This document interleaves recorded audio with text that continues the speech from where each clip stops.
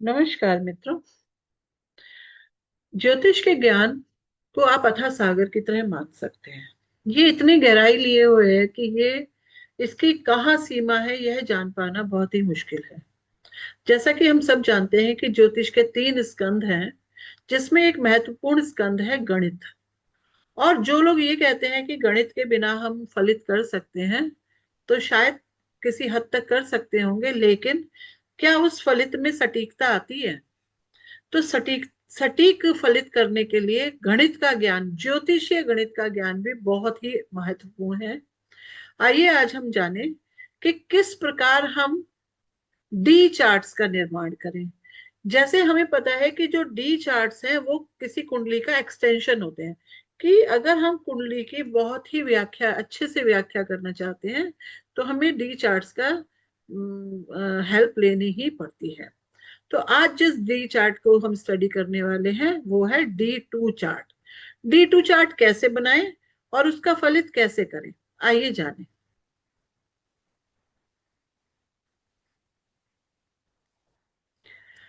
सबसे पहली बात आती है कि D2 चार्ट जो हम तैयार करेंगे या हम बनाएंगे, उसको बनाने से पहले ये जानना महत्वपूर्ण है कि D2 चार्ट्स को क्यों बनाया जाता है। D2 चार्ट को होरा चार्ट भी बोला जाता है। क्या बोला जाता है? होरा चार्ट। इसको होरा कुंडली भी बोलते हैं। होरा चार्ट क्या बताता है हमें? कुंडली के सेकंड हाउस के कारक तत्वों को गहराई से समझने के लिए D2 चार्ट हमें हेल्प करता है। तो अगर आपको ये जानना है, ये समझना है कि आपके कुंडली का सेकंड हाउस एग्जैक्टली क्या कहना चाहता है और उसमें क्या गहराइयां हैं, उसको जानने के लिए हमें पता होना चाहिए कि D2 चार्ट कैसे बनाएं। अब बात आती है कि कुंडली का जो सेकंड हाउस है उसके कारक तत्व है क्या। सेकंड हाउस के कारक तत्वों को जानना बहुत जरूरी है। तो सेकंड भाव को जैसे धन भाव या कुटुंब भाव, धन भाव या कुटुंब भाव भी कहा जाता है। ठीक है। इसके अलावा इसे वाणी भाव भी कहा जाता है। इसे भोजन का भाव भी कहा जाता है। वाणी भाव, भोजन भाव और भी दूसरे कारक तत्वों के बारे में हमें सेकंड हाउस के जानना बहुत जरूरी है। यही संस्कार का भाव भी है। यहां से ही व्यक्ति के संस्कारों को भी देखा जाता है।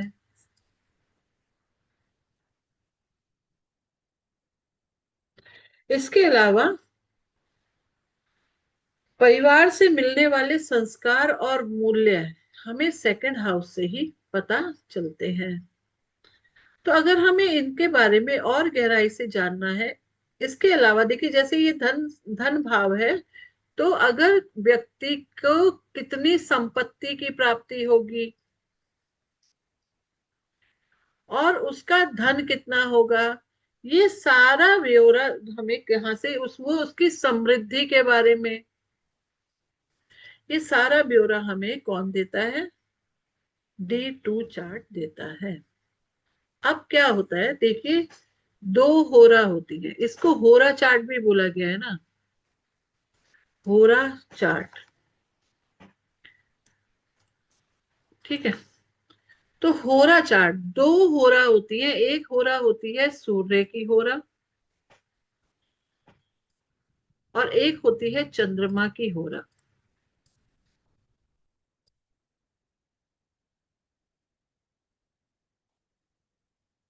सूर्य की होरा के स्वामी होते हैं और चंद्रमा की होरा के भी स्वामी होते हैं। तो अगर हम सूर्य की होरा के स्वामी की बात करें तो सूर्य की होरा के स्वामी परम पिता परमेश्वर होते हैं।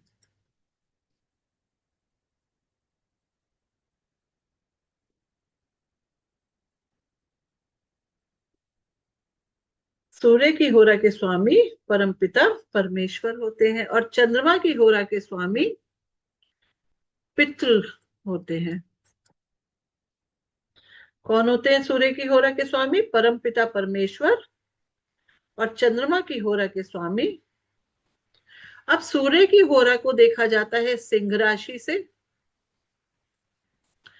और चंद्रमा की होरा को देखा जाता है कर्क राशि से। तो सूर्य की होरा को देखने के लिए सिंह राशि का प्रयोग किया जाता है, और चंद्रमा की होरा को देखने के लिए कर्क राशि का प्रयोग किया जाता है। तो अब इसको, इस चार्ट को बनाने के नियम क्या क्या होते हैं, आइए जाने। इस चार्ट को बनाने के लिए हम क्या करते हैं, क्योंकि हमें ये पता है हमेशा कि एक राशि का मान 30 डिग्री होता है, और क्योंकि होरा केवल दो होती है, चंद्रमा की होरा और सूर्य की होरा, तो हम इस राशि के 30 डिग्री के मान को दो भागों में बांट देते हैं। तो जब हम दो भागों में बांट देते हैं तो हमें एक होरा मिल जाती है 0 डिग्री से लेकर 15-15 डिग्री तक, और दूसरी होरा प्राप्त होती है 15 डिग्री to 30 डिग्री। इन्हीं नियमों को और अच्छे से समझने के लिए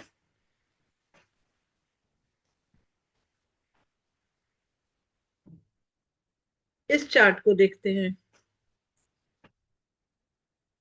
इस चार्ट को देखने से हमें यह समझ आ जाता है कि जो ग्रह 0 डिग्री से 15 डिग्री तक सम राशि में बैठे हैं वो कर्क की होरा में आते हैं, और जो ग्रह 0 डिग्री से 15 डिग्री तक विषम राशि में बैठे हैं वो सिंह की होरा में आते हैं। इसी प्रकार जो ग्रह 15 डिग्री से 30 डिग्री तक बैठे हैं वो सम राशि में अगर हैं तो वो सिंह की होरा में आएंगे, यानी कि सूर्य की होरा में आएंगे। और इसी तरह से 15 डिग्री से 30 डिग्री तक के ग्रह जो विषम राशि में बैठे हैं वो कर्क की होरा में आएंगे। तो इस तरह से हम देखेंगे। आइए देखें कि किसी एक चार्ट पे, मैंने यहाँ पर एक D1 चार्ट तैयार कर लिया है। इस D1 चार्ट की सहायता से हम ये पता लगाएंगे कि कैसे D2 चार्ट को तैयार किया जाए। D1 चार्ट में यहां पर ये जो मैंने लिखा है, ये लिखा है कि लगन 19 डिग्री का है, और लगन कौन सा है? धनु लगन है। तो अगर हम धनु लगन की बात कर रहे हैं तो धनु लगन एक विषम लगन है। तो विषम लगन 15 से 30 डिग्री के बीच में, 15 से 30 डिग्री के बीच हो गया। और हमें नियम के अनुसार ये पता है कि 15 से 30 डिग्री के बीच में, अगर देखिए यहां नियम मैंने बताया था आपको कि अगर 15 से 30 डिग्री के बीच में विषम लगन, विषम राशि है, तो क्या माना जाएगा कि कौन सी होरा तैयार होगी? कर्क की होरा। तो हम लगन को लिख देंगे, में लिख देंगे 4 नंबर। D2 चार्ट बनाने में क्या होता है कि सारे के सारे ग्रह या तो कर्क राशि में होंगे, या फिर इनका डिस्ट्रीब्यूशन कर्क राशि और सिंह राशि में ही होगा। बाकी की दूसरी राशियों में कोई भी प्लैनेट या ग्रह नहीं बैठ सकता। तो इसी बात को समझते हुए हम आगे के ग्रहों को भी बैठाते हैं। इसको मैं थोड़ा छोटा करके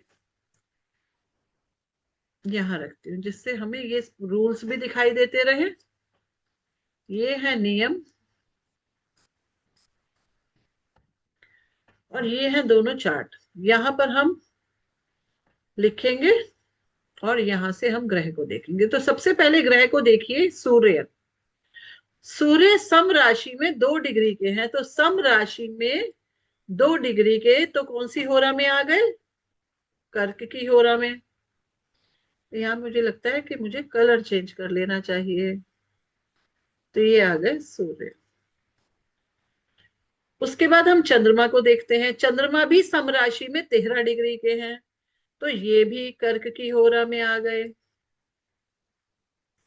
अब मंगल, मंगल विषम राशि में 4 डिग्री के हैं, तो विषम राशि में 4 डिग्री के, तो ये 0 डिग्री टू 15 डिग्री, तो यानी कि सिंह की होरा में आ गए। उसके बाद मंगल के बाद बुध को देखेंगे, तो बुध देव जो है वो 18 डिग्री के विषम राशि में है, तो 18 डिग्री के विषम राशि में कर्क की होरा में आएंगे।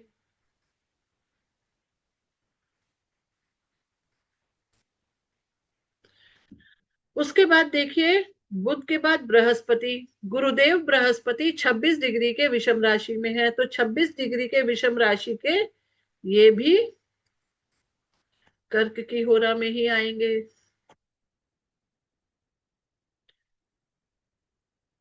इसके बाद शुक्रदेव को देखिए 20 डिग्री के विषम राशि में, तो विषम राशि में 20 डिग्री, तो ये भी क्या हुआ, कर्क की होरा में आ गए। अब शनिदेव 3 डिग्री के सम राशि में है, तो 3 डिग्री के सम राशि में होने के कारण शनिदेव भी कहाँ आ गए, कर्क की होरा में ही आ गए। इसी तरह से अगर हम राहु देव को देखें, तो विषम राशि में 23 डिग्री के हैं, तो विषम राशि में 23 डिग्री के, तो कर्क की होरा में ही राहु है। इसी प्रकार केतु देव को देखें, तो विषम राशि में 23 डिग्री के हैं, तो ये भी कर्क की होरा में आ गए। इस तरह हमने देखा कि लगभग सभी ग्रह, केवल मंगल देव को छोड़कर सभी ग्रह कर्क की होरा में आ जाते हैं इस पर्टिकुलर चार्ट में। एक बार जब हम इसका D2 चार्ट तैयार कर लेते हैं, तो अब हम इसके फलित के बारे में क्या कहेंगे। अब फलित के कुछ नियम होते हैं, D2 चार्ट के फलित के नियम। D2 चार्ट के फलित के नियम क्या है, आइए जाने। देखिए, सबसे पहली बात आती है कि कर्क की होरा में जो ग्रह आते हैं, कुछ ग्रह कर्क की होरा में आएंगे, कुछ ग्रह सिंह की होरा में आएंगे। तो जो ग्रह कर्क की होरा में आते हैं, उनके ऊपर पितरों का आशीर्वाद रहता है। ठीक है, क्योंकि जैसा कि हमने यहाँ पर पढ़ा था कि कर्क की होरा के स्वामी पितृ होते हैं, तो अगर कर्क की होरा में कोई ग्रह है, तो क्या होगा, कर्क की होरा में अगर कोई ग्रह है, तो उन पर पितरों का आशीर्वाद होता है। तो पूर्वजों के आशीर्वाद का फल मिलने के कारण कर्क की होरा में बैठे हुए ग्रह अपनी दशा और अंतर्दशा में बहुत अच्छे शुभ फल देते हैं। तो क्या सूर्य की होरा वाले नहीं देंगे? नहीं, ऐसा नहीं है। सूर्य की होरा के ग्रहों के फलों को हमें स्वयं के प्रयासों से प्राप्त करना पड़ता है।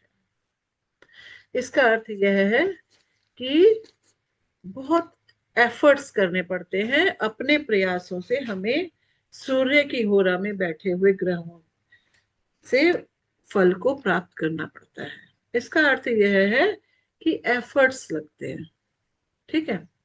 अब यहाँ पर एक और बात आती है, चंद्रमा में बैठी हुई हुए ग्रह, अब फल कब मिलते हैं, जब उनके दशा या अंतर्दशा आती है। ये तो हम हमेशा ही जानते हैं कि अपनी दशा या अंतर्दशा में ग्रह फल देते हैं।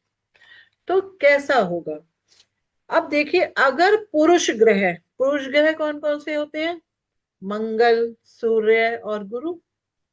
अगर पुरुष ग्रह सूर्य की होरा में है, तो अच्छे फल होंगे, और स्त्री ग्रह चंद्रमा की होरा में है, तो अच्छे फल होंगे। अब यहाँ पे हम हमेशा ये बार बार ये कहते हैं कि फल तभी मिलेंगे जब दशा आएगी या अंतर्दशा आएगी। तो पुरुष ग्रह अगर सूर्य की होरा में है, तो अच्छे फल होंगे।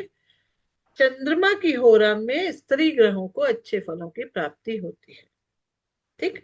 पहला नियम ये है कि चंद्रमा में हो बैठे हुए ग्रह, चंद्रमा की होरा में बैठे हुए ग्रहों को ईश्वर का आशीर्वाद होता है। ठीक। क्यों? पितरों का आशीर्वाद होता है। दूसरा, सूर्य की होरा में बैठे हुए ग्रहों को परमपिता परमेश्वर का आशीर्वाद होता है, लेकिन एफर्ट्स मनुष्य को उस समय ज्यादा करने पड़ते हैं उनके लिए।